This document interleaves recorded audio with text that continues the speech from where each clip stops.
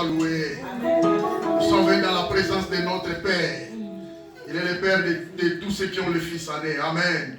Il est le chef de toutes les âmes qui ont reçu le Seigneur. Amen. Que Dieu te bénisse, bien-aimé. Nous sommes venus dans la présence de Dieu pour pouvoir honorer ce Dieu, les magnifier, l'exalter et les glorifier parce qu'il est Dieu. Gloire soit rendue à Dieu. Il nous a accordé le souffle de vie gratuit. Nous n'avons rien payé.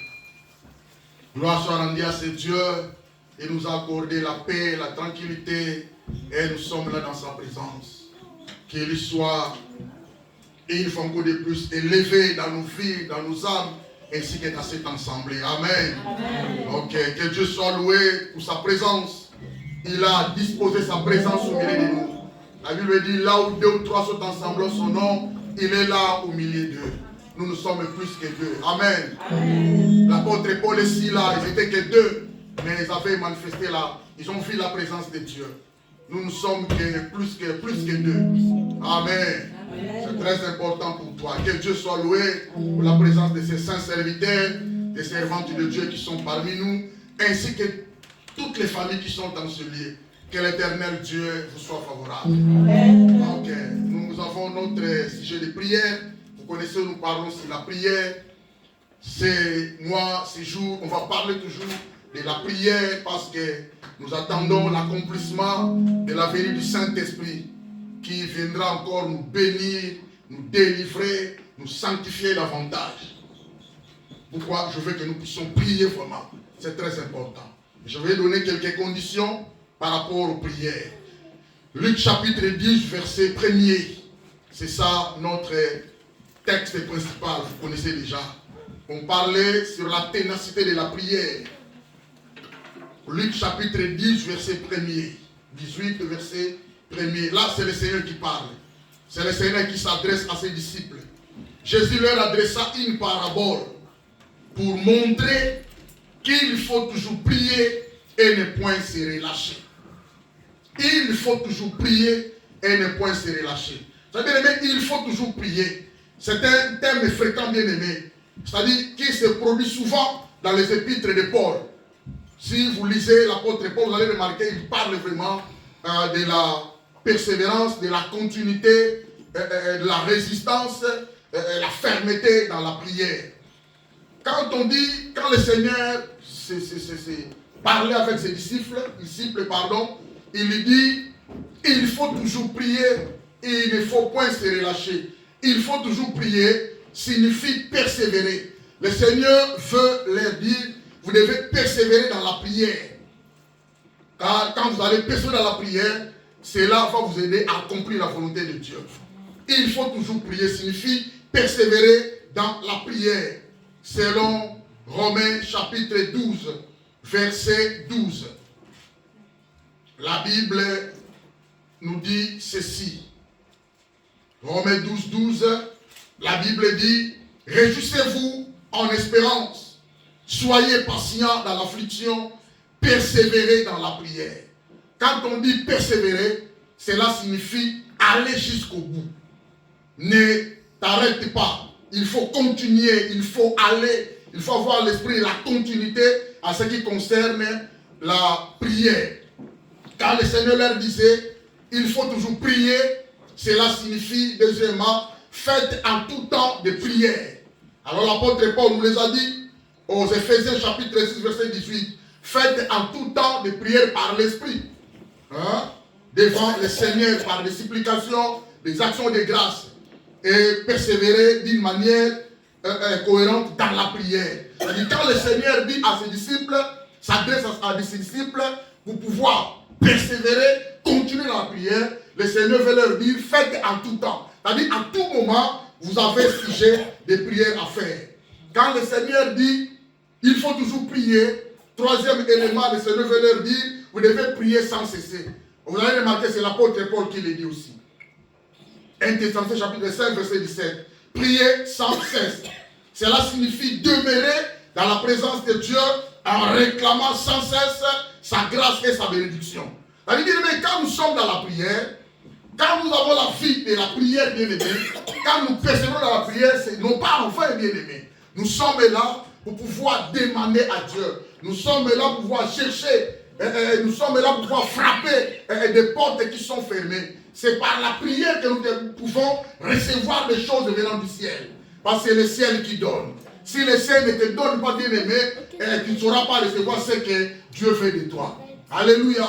On vient dans la prière pour pouvoir chercher. On cherche ce qui est notre satisfaction. Bien que nous sommes des humains, Dieu a préparé des bénédictions pour nous. Tu vois, quand le Seigneur dit à ses disciples, il faut toujours prier. Car troisième raison, cela signifie que vous devez prier sans cesser, sans se relâcher. C'est ça l'expression.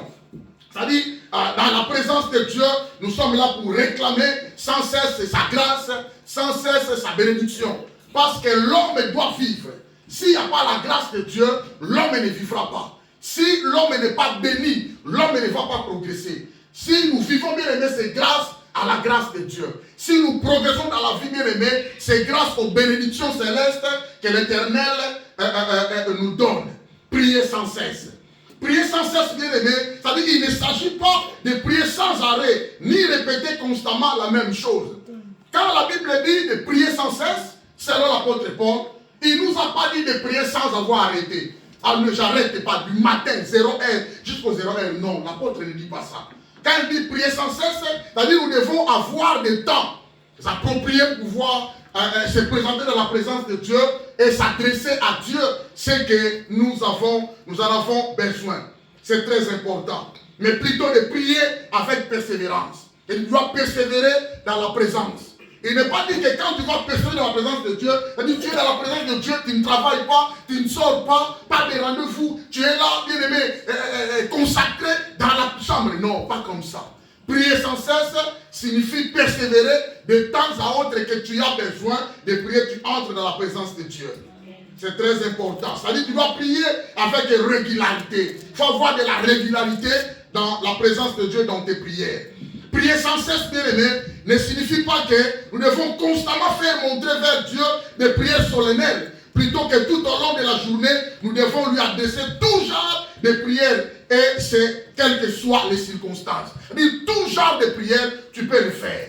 Amen. Ne t'arrête pas ici, je seulement Dieu, je veux le mariage. Toi, tu ne sais pas glorifier Dieu. Toi, tu ne sais pas demander autre chose. Toi, tu as besoin que le mariage. Non. C'est-à-dire, tout genre de prières peuvent être s'adresser à Dieu par rapport à ce sujet, prier sans cesse. Alléluia. Amen. Quand le Seigneur dit à ses disciples, vous devez prier sans se relâcher, il faut toujours prier. Le Seigneur nous montre que nous devons nous engager dans les combats de poids lourds. C'est par la prière que les enfants de Dieu s'engagent dans la lutte, dans la bataille, dans des combats qui sont des combats de poids lourds. Parce que nous combattons non physiquement, mais nous combattons spirituellement. Alors quand on persévère dans la présence de Dieu, nous allons être qualifiés devant les sorciers. Nous allons être qualifiés devant les démons. Nous allons être qualifiés devant toutes les circonstances qui peuvent se présenter devant nous. Celui qui prie peut tout. Alléluia. Amen. Celui qui prie, bien aimé, quand on prie, le Saint-Esprit déverse en nous la puissance, sa puissance. Et c'est cette puissance-là qui agit au-dedans de nous. Quand on prie, bien aimé, on persévère dans la présence de Dieu, le Saint-Esprit déverse en nous l'onction. C'est l'onction qui nous capacite, bien aimé, d'aller en avant et de faire des exploits. Amen. Amen. Les exploits d'un homme roi. Un homme, quand il est roi, il va maintenant pénétrer l'accès des exploits dans sa vie. Voilà, la Bible dit, avec Dieu, nous ferons des exploits. Amen. Alléluia. Amen. Retenez que quand le Seigneur dit à ses disciples, il faut toujours prier. J'ai mentionné 4e raison. Cela signifie, il leur dit de s'engager dans les combats de poids lourds. Car c'est dans la prière que nous luttons spirituellement contre les dominations, contre les autorités, contre les princes de ce monde des ténèbres et contre les esprits méchants dans le lieu céleste. Est-ce que quelqu'un comprend ce message? Il faut toujours prier. Prier toujours, bien aimé. Signifie prier en tout temps, prier sans cesse, prier continuellement, prier sans relâche et prier sans fin. C'est-à-dire, depuis que nous avons reçu le Seigneur, nous devons développer la vie de prière avec le Seigneur. Amen. Donc, tu ne peux pas prier sans être dans la présence de Dieu. Déjà, quand quelqu'un prie, cela signifie qu'il pénètre déjà la présence de Dieu. Amen. Amen. Nous sommes appelés à prier, bien aimés, sans relâche. Alors quand la Bible dit ne point se relâcher, cela signifie ne pas céder. Et il faut toujours prier et ne point se relâcher. Le Seigneur veut dire à ses disciples, moi je vais partir et vous allez rester. Vous allez continuer l'œuvre, vous allez continuer le ministère, vous allez continuer le travail. Il ne faut pas céder, il ne faut pas abandonner, il ne faut pas se relâcher. Ne manifestez pas du laxisme, ne manifestez pas de relâche. Alléluia. Vous devez continuer à prier. Que je sois là ou je ne suis pas là, continuez à prier. C'est-à-dire, ne pas se relâcher signifie ne pas céder, ne pas abandonner, mais il faut toujours persévérer malgré les temps durs, malgré les difficultés, malgré les afflictions de la vie, malgré les tracasseries et quelques préoccupations nous en avons. Chacun de nous a ses préoccupations, mais nous ne pouvons pas abandonner la vie de prière. Alléluia. C'est par la vie de prière que nous, bien-aimés, nous avons l'accès dans la présence de Dieu. Il faut toujours prier, bien-aimés. Quand tu vois que les choses ne vont pas bien, je dis à quelqu'un, lève-toi et prie.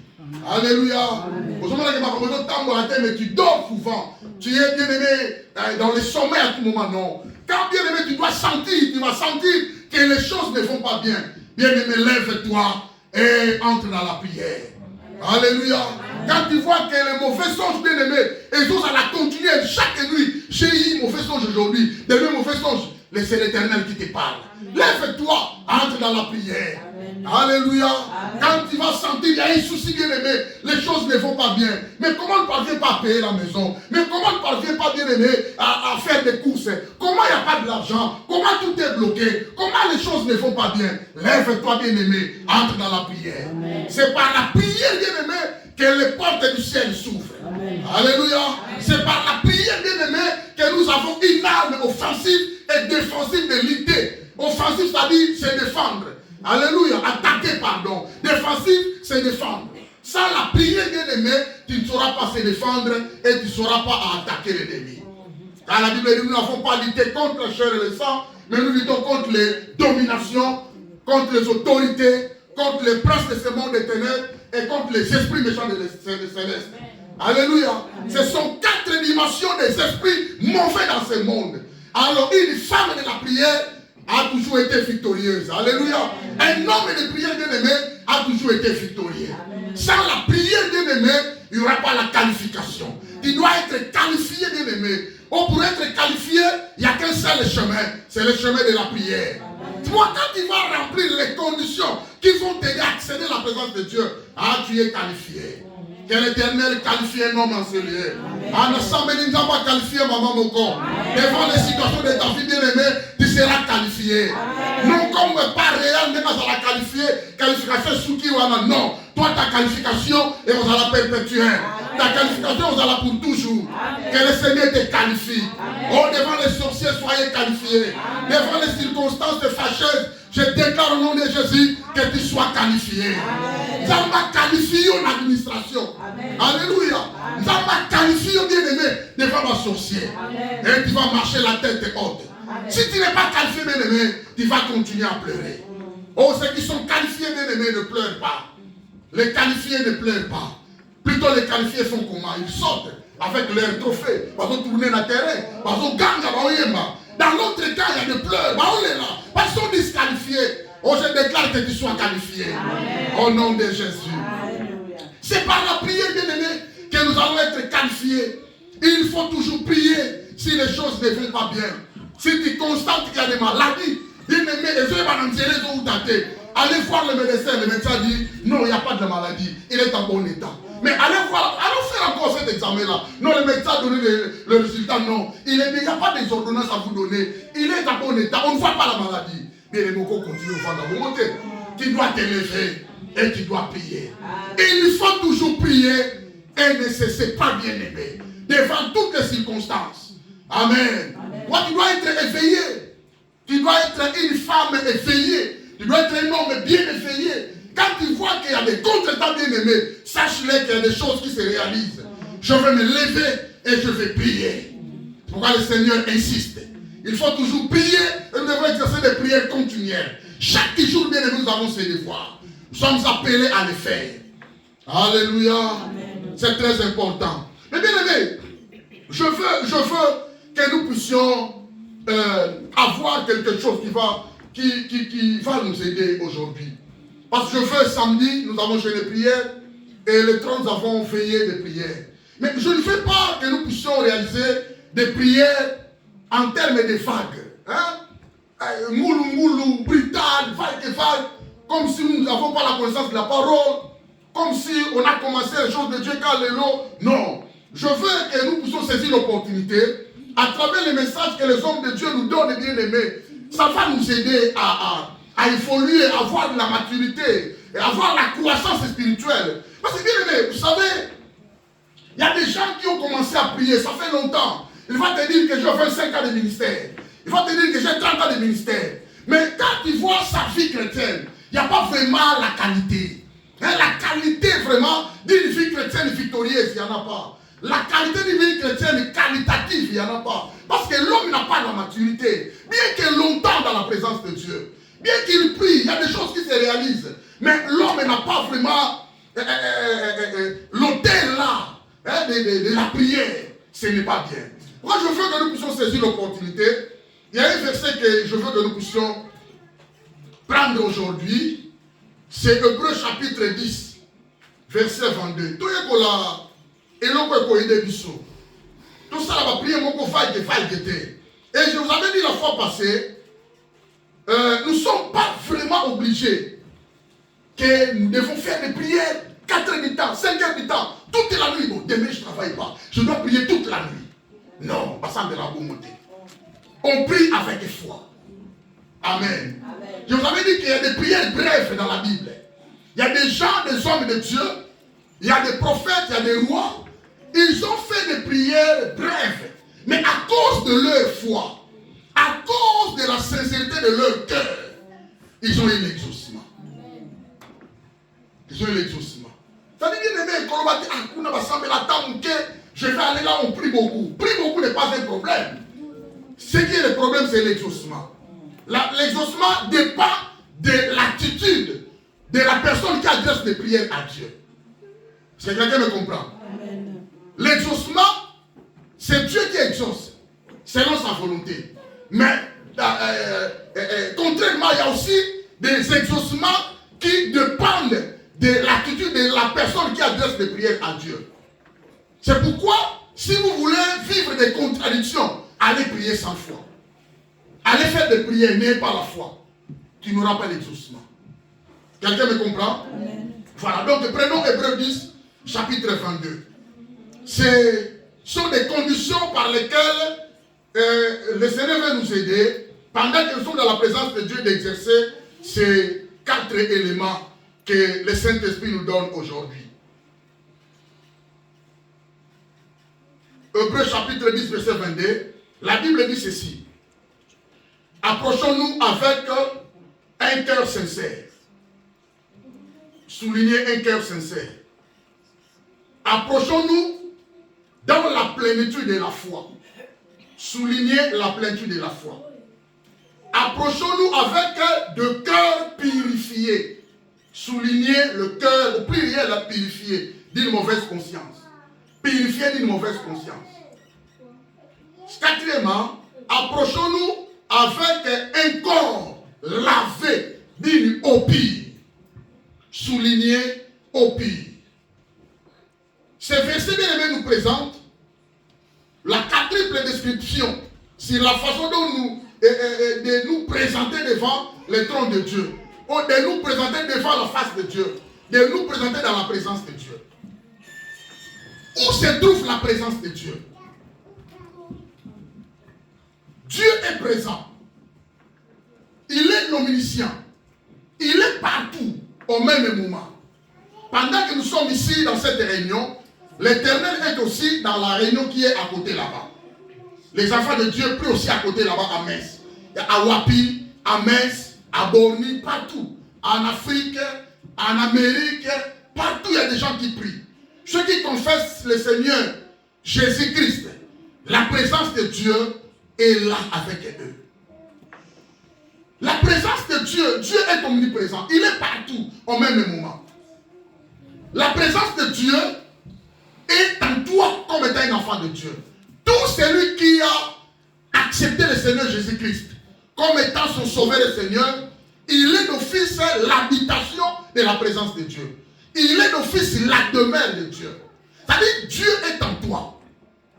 Amen.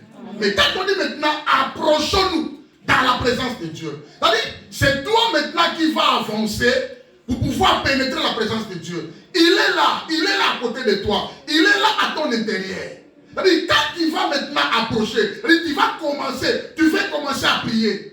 Il faut maintenant réfléchir par rapport à ces 4 éléments. Quelqu'un me comprend? Amen. Dieu est avec toi. Il n'est pas loin de toi. Tu dois te présenter ou approcher devant Dieu avec un cœur sincère, avec la plénitude de la foi, avec un cœur purifié d'une mauvaise conscience et avec un corps lavé d'une eau pure. Mais notre problème, c'est approchons-nous. C'est ça le problème. C'est-à-dire, quand tu es consacré, concentré, bon, je vais commencer la prière. Tu es assis, tu veux prier. Déjà, tu pénètres déjà la présence de Dieu. N'allez pas prier, ton cœur est à l'extérieur. N'allez pas prier, ton corps n'a pas été lavé. N'allez pas prier, il n'y a pas de la foi. N'allez pas prier avec une mauvaise conscience. Non, ça ne marche pas. Ça doit être un sujet de tous les jours dans nos vies. Nous devons mémoriser ça. Quelqu'un me comprend? Bien, par ces éléments, tu es béni par changer d'église. Mais il faut continuer à changer les églises. Ah, là, Dieu ne travaille pas. Ah, il y a la foule là-bas. C'est Dieu ne travaille pas là où il y a la foule.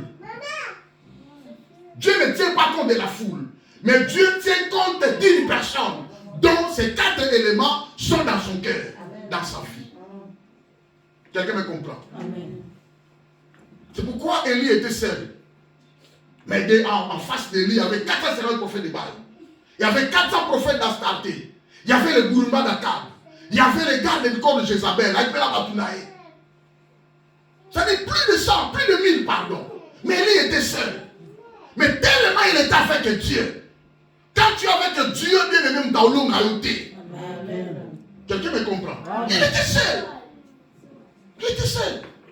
Mais il avait ces 4 éléments en lui. C'est très important.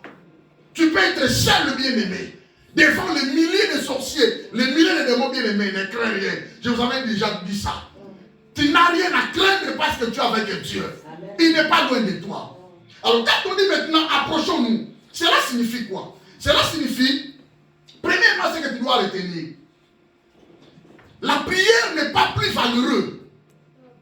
La prière n'est pas plus valeureuse que la foi. La foi aussi n'a pas moins de la valeur que la prière. Non. La prière persévérante équivaut à la foi. Si quand on dit équivaut, c'est-à-dire la valeur, équivaut, c'est-à-dire la valeur. Si la prière coûte 1000 €, la foi aussi 1000 €. Quelqu'un me comprend? Il y a des gens qui veulent prier, mais ils négligent la foi. Quand le Seigneur dit, dans ce contexte que nous venons de lire, au verset 1, le Seigneur leur donne cette parabole pour leur montrer qu'il faut toujours prier et ne pas se relâcher. Allez maintenant à la fin du contexte, au verset 8. Le Seigneur dit, le Seigneur ne tardera pas à donner des réponses aux élus qui ont demandé. Mais quand le Fils de l'homme apparaîtra, trouvera-t-il de la face sur la terre? Le Seigneur parle, je vous avais dit, le Seigneur parle d'une manière générale de la prière. Mais il vise 2 éléments. Premier élément, la prière vise à la délivrance au temps des épreuves. À l'exemple de la veuve qui persévère. Et à la fin, le Seigneur veut que les gens prennent conscience par rapport à la foi. C'est-à-dire la prière, premier verset, a de la valeur. Au dernier verset, oui, la foi aussi a de la valeur. C'est pourquoi la leçon est que la prière persévérante de la veuve persévérante équivaut à la foi. Elle persévérait, elle implorait, elle plaidait les juges par rapport à sa partie adverse avec foi. Sans la foi, pas de réponse. C'est ce que le Seigneur veut nous dire.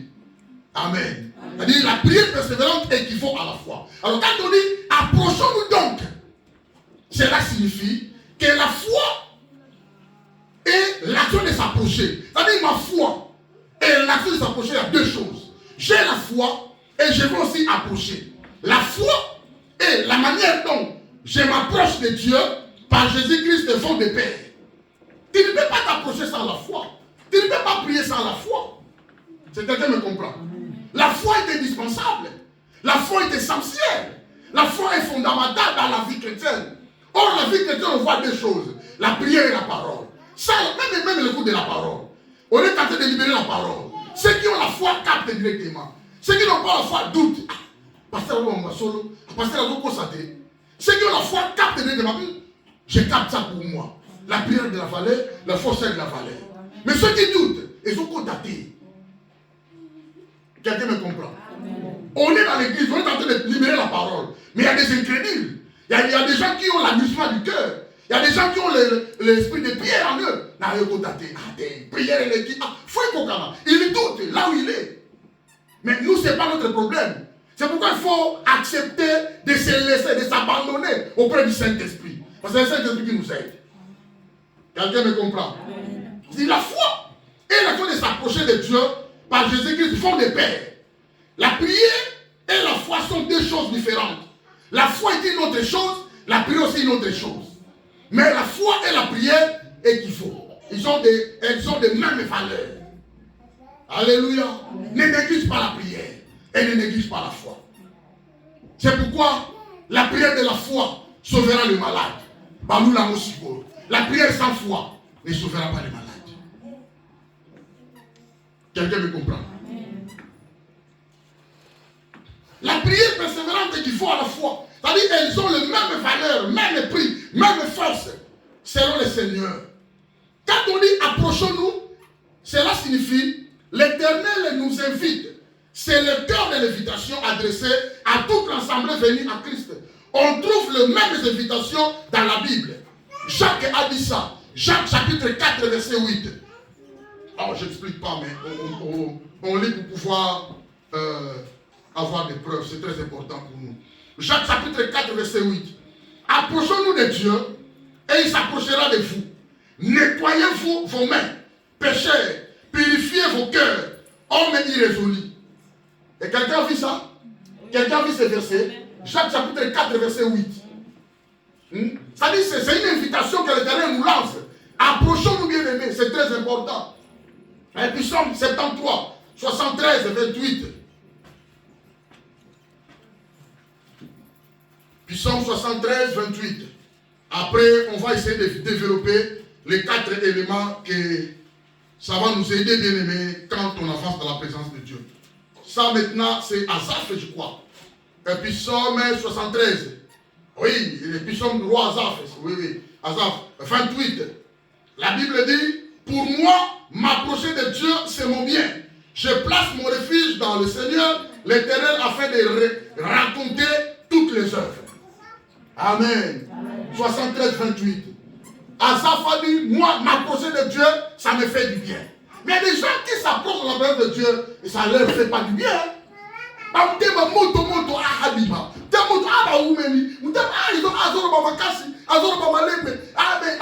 Il n'est pas à l'aise dans la présence de Dieu. Alléluia. L'expression s'approcher de Dieu. Et quand nous nous approchons de Dieu, c'est très important. D'abord, nous avons la pleine restauration quand on approche devant Dieu. Nous avons la pleine restauration de la bénédiction. Quand on approche devant Dieu, nous avons la pleine restauration de sécurité. Quand on approche dans la présence de Dieu, nous avons la pleine restauration de protection. Et nous avons la pleine restauration de la plénitude. Quand nous approchons de Dieu, bien aimé, nous avons la grâce. Nous avons des choses qui nous bénissent. Ici, quand on dit approchons-nous vers Dieu, cela signifie avec foi. La foi est définie comme une approche sincère de Dieu et comme aussi le fait de croire à sa bonté. Tu ne peux pas t'approcher vers Dieu sans croire que Dieu existe. Sans croire que Dieu a des bontés. Sans croire que Dieu a la compassion. Sans croire que Dieu est miséricordieux. Sans croire que Dieu est tout-puissant. Tu dois avoir la foi. C'est là où la foi entre. Quand on dit approchons, ça dit on nous invite à avoir la foi avant d'y pénétrer. Parce que dans l'ancienne alliance, le peuple n'avait pas accès. Mais nous avons eu l'accès. Nous avons eu la promotion d'être libres dans la présence de Dieu. D'avoir l'accès dans la présence de Dieu. Alors quand on approche de la présence de Dieu, nous devons avoir la foi.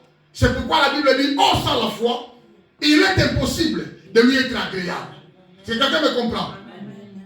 Quelqu'un me comprend? Amen. Tu ne peux pas t'approcher devant Dieu sans la foi. Quand la Bible dit, oh sans la foi, il est impossible de lui être agréable. Amen. Car celui qui s'approche de Dieu doit croire que Dieu existe. Comment tu t'approches de Dieu mais tu ne crois pas qu'il existe? Si quelqu'un me comprend. C'est très important pour nous. Alors, en s'approchant de Dieu, par Jésus-Christ, on obtient la miséricorde. Mawanzambe, la fille Nayo. En approchant de Dieu, bien aimé, on obtient la grâce de Dieu.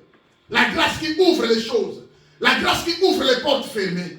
La grâce qui donne la liberté. La grâce qui donne la bénédiction. La grâce qui est le canal, bien aimé, de gloire. La grâce de Dieu. Quand on approche dans la présence de Dieu, on obtient le secours. Amen. C'est-à-dire, ce sont des éléments que nous allons constater sont des impacts. Les éléments qui sont des impacts quand on est dans la présence de Dieu. Dans la présence de Dieu, il y a la miséricorde de Dieu. Dans la présence de Dieu, il y a la grâce de Dieu. Dans la présence de Dieu, il y a le secours de Dieu. Dans la présence de Dieu, il y a la délivrance, il y a le salut. Dans la présence de Dieu, nous sommes sanctifiés. Dans la présence de Dieu, nous obtenons la purification. Alléluia. C'est très important. Déjà, de la manière dont je libère la parole, ceux qui acceptent, ceux qui croient directement, ils deviennent de plus en plus sanctifiés et la purification pénètre leur vie. Parce que c'est le Saint-Esprit qui accompagne la parole de Dieu. Et c'est le Saint-Esprit qui sanctifie. C'est le Saint-Esprit qui purifie. Quelqu'un me comprend? Alors on peut conclure quand on dit approchons-nous, cela signifie que celui qui ne s'approche pas, écoutez, que celui qui ne s'approche pas dans la présence de Dieu, dans la prière, dans la communion avec les saints, avec le Christ, n'a pas non plus la foi qui sauve. Quelqu'un me comprend?